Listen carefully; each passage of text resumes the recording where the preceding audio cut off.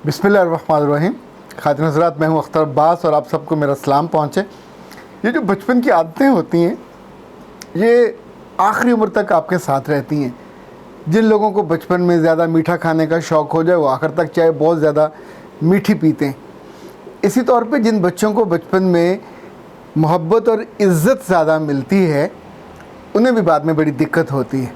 Like हम जब छोटे थे तो हमारे अब्बा हमेशा हमें आप कह के बुलाते थे। हमें नहीं याद पड़ता कभी ज़िंदगी में उन्होंने तू या तुम करके मुखातिब किया हो। आप फिर इज़्ज़त के उसी म्यार को पसंद करने लगते हैं, उसी का आप इजहार करने लगते हैं और आपसे भी फिर उसी चीज़ की रवायत आगे चलती है।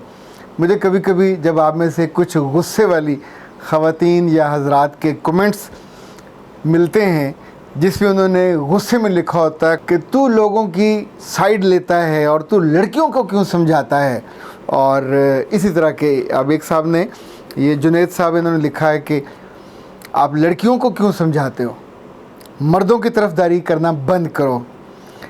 3 लड़कियां हैं, निसा, रुबाब और उमायमा। इन तीनों ने भी आलमोस्ट इसी तरह का लिखा है कि आप हमें क्यों समझाते हो। जब ये जुमले मैं सुनता हूँ या पढ़ता हूँ तो मुस्कुरा देता हूँ। मैं सोचता हूँ कि जिससे हमदर्दी हो, जिसको डूबने से बचाना हो, आप उसी को समझाओगे ना। छोटे बच्चे को समझाएं तो वो बच्ची को ख़ास तौर वो कहेगी मुझे मत बताएं, दूसरे को बताइए। तो बेटा आपको नहीं बताएंगे तो नुकसान मुसलसल आपका होता जाएगा। कितनी बच्चियाँ ऐसी हैं कि शादी के फ़ौरन बाद 1 से 2 माह के अंदर अंदर उनको ससुराल वाले जवाब दे देते हैं कि बदज़ुबान है, बद लिहाज है, सुनती नहीं है, और बोलना शुरू होती है तो चुप नहीं होती। अच्छा, उस वक्त मेरे पास आके कहती हैं कि सर वो काश मैं ये ना करती। लेकिन अगर जब आपको समझा रहे होते हैं, समाजी ताल्लुकात जब भी ख़राब होंगे तो नुकसान किसका ज़्यादा होगा, मर्द का या औरत का? जो ज़्यादा नुकसान में जाएगा उसके साथ हमदर्दी होगी ना। मर्द ने एक बुरा फ़ैसला किया, ओके, वो बुरा फ़ैसला करने का कादिर था, कर सकता तो उसने कर डाला, पर उस फ़ैसले के बाद जो मुतासर हुए लड़की की माँ, लड़की की बहनें, लड़की के बाकी इज़्ज़ा व कारब। कमेंट्स में गुस्सा करने वाली लड़कियाँ मैं नहीं जानता कैसी होती हैं, खूबसूरत होंगी, अच्छी होंगी, प्यारी होंगी, राज दुलारी होंगी, पर बेटा जब आप कमेंट्स करते हो तो आपकी शक्ल उससे बनती।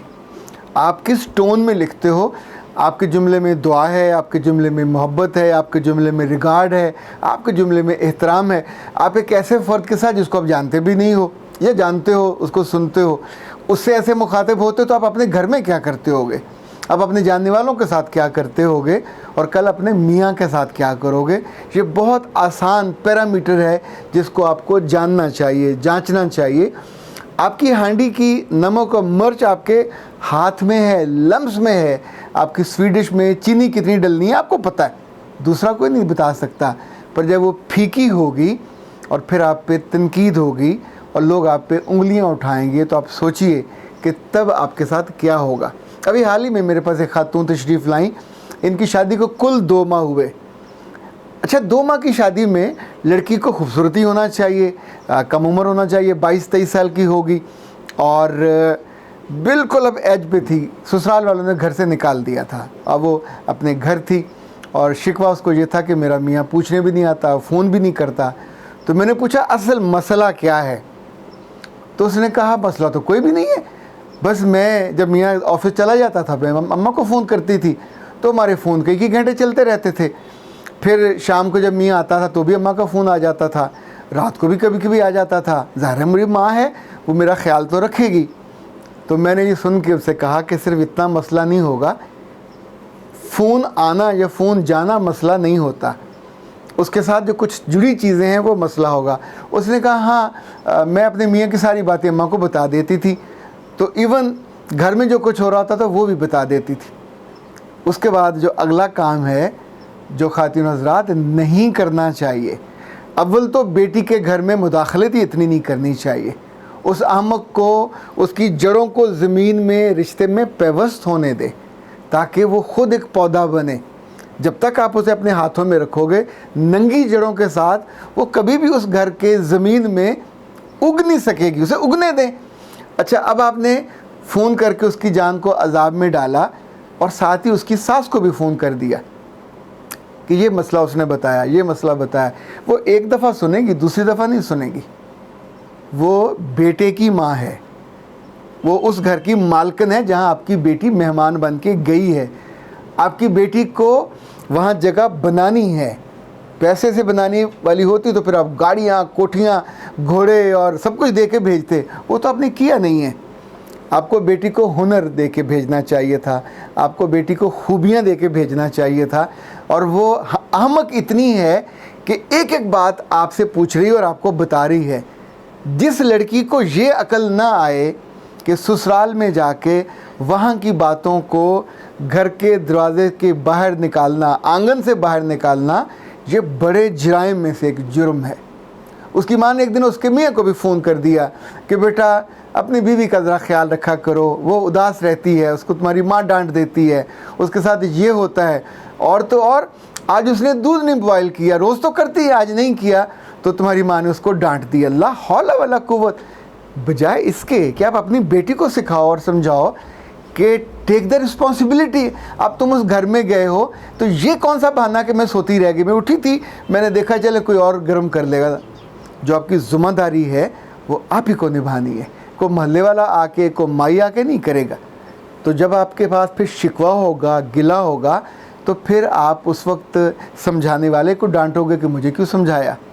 اے اچھی لڑکی ہو جن کی شادیاں نہیں ہوئیں، آج دو باتیں پلو سے باندھ لیجئے گا. سسرال جا کر سب سے جو پہلا کام کرنا ہے، اپنے ماں باپ سے رابطہ کم کرنا ہے. پہلے آپ نے 20 سال، 25 سال، 26 سال، جتنی آپ کی عمر تھی، 24 گھنٹے آپ ان کے پاس تھے. تو اب آپ کو بہت ہوا تو ہفتے میں ایک دفعہ، بہت دل بے چین ہے تو 2 دفعہ فون کرنا چاہیے، روزانہ نہیں کرنا چاہیے. اس سے سب سے بڑا فائدہ یہ ہوگا کہ جتنی بچیوں کو گھروں سے نکالا جاتا ہے ان پہ سب سے بڑا الزام ہوتا ہے ناقابل اعتبار ہے، وفادار نہیں ہے، ہمارے گھر سے لائل نہیں ہے. دے نیڈ لائلٹی، اور لائلٹی آپ کو فراہم کرنی ہے، ثابت کرنی ہے کہ آپ اس نئے گھر سے، ان کے طور طریقوں سے، ان کے رشتوں سے. اچھا وہاں سارے معاملے خراب ہو رہے ہو، بسم اللہ ہونے دیں، یہ ان کا گھر ہے، آپ کا گھر ابھی بننا ہے. ان کے گھر کی بات اپنے گھر میں کرو گے تو فساد تو ڈلے گا، اور یہ فساد اتنا بڑھے گا کہ اس کی آگ میں آپ اور آپ کا رشتہ دونوں جل جائیں گے. اب آپ توقع کرتی ہو کہ آپ کا میاں آپ سے روز رابطہ رکھے، کیوں رکھے؟ آپ نے نہ اس کی عزت رکھی، نہ اس کی ماں کی رکھی. دونوں کی ہر بات آپ نے، ایون آپ نے اپنے کمرے کے، اپنے محبت کے مخصوص مومنٹس کی بھی ڈیٹیل گھر بتائی ہوئی ہے. آپ کو یہ سارا کرتے ہوئے 10 دفعہ سوچنا چاہیے تھا. اتنی میچورٹی 22 سال کی عمر تک آپ کے اندر نہیں آ پائی کہ آپ چیزوں کو ان کی پلیس پہ راز کے طور پہ رکھ سکو. تو آپ سوچو عمر بھر آپ کیا کرو گے. خواتین حضرات، آخری بات، اپنی اس بات کو کہ آپ اپنے سسرال کی باتیں ماں کو بتاتے ہو یا بہن کو بتاتے ہو یا کسی اور کو، یاد رکھیے گا یہ عادت نہیں ہے، یہ عادت بد ہے جو آپ کی جڑوں کو وہاں سے کاٹ دیتی ہے. کیونکہ آج تک جتنی بچیوں نے یہ کیا وہ چھوٹی تھیں، وہ ڈیورسی تھیں، وہ دوسری شادی والی تھی، تیسری شادی والی تھی. جو اس نئے گھر کی نہیں بنتی یا اس کے ساتھ اس کی لائلٹی یا بھروسہ ٹوٹ جاتا ہے اور اس پہ یقین نہیں آتا، وہ رشتہ بھی عام طور پہ چل نہیں پاتا. اس بات کو آپ سونے کا سمجھیے، اس بات کو آپ ڈائمنڈ کا سمجھیے. آپ کی زندگی میں اگر نہیں ہوا یہ حادثہ تو مت ہونے دیجیے گا. میں آپ کو ایڈوانس میں بتا رہا ہوں، کیونکہ میرے پاس ایسے جتنے روتے چہرے آتے ہیں ان کے پیچھے جب آپ تلاش کرتے ہیں تو وجہ مالی نہیں ہوتی، وجہ کوئی جسمانی بھی نہیں ہوتی، وجہ کوئی روحانی اور سماجی بھی نہیں ہوتی. یہ ظالم زبان ہے جو اس کی وجہ بنتی ہے. ویسے تو اگر آپ غور کریں تو حدیث کی روح سے جو چغلی بنتی ہے یہ غیبت بھی بنتی ہے، اور جس کے بارے میں اللہ کے رسول نے کہا تھا مجھے زبان کی ضمانت دو تو میں تمہیں جنت کی ضمانت دیتا. سلامت رہیے. اختر عباس کو اجازت دیجیے. السلام علیکم.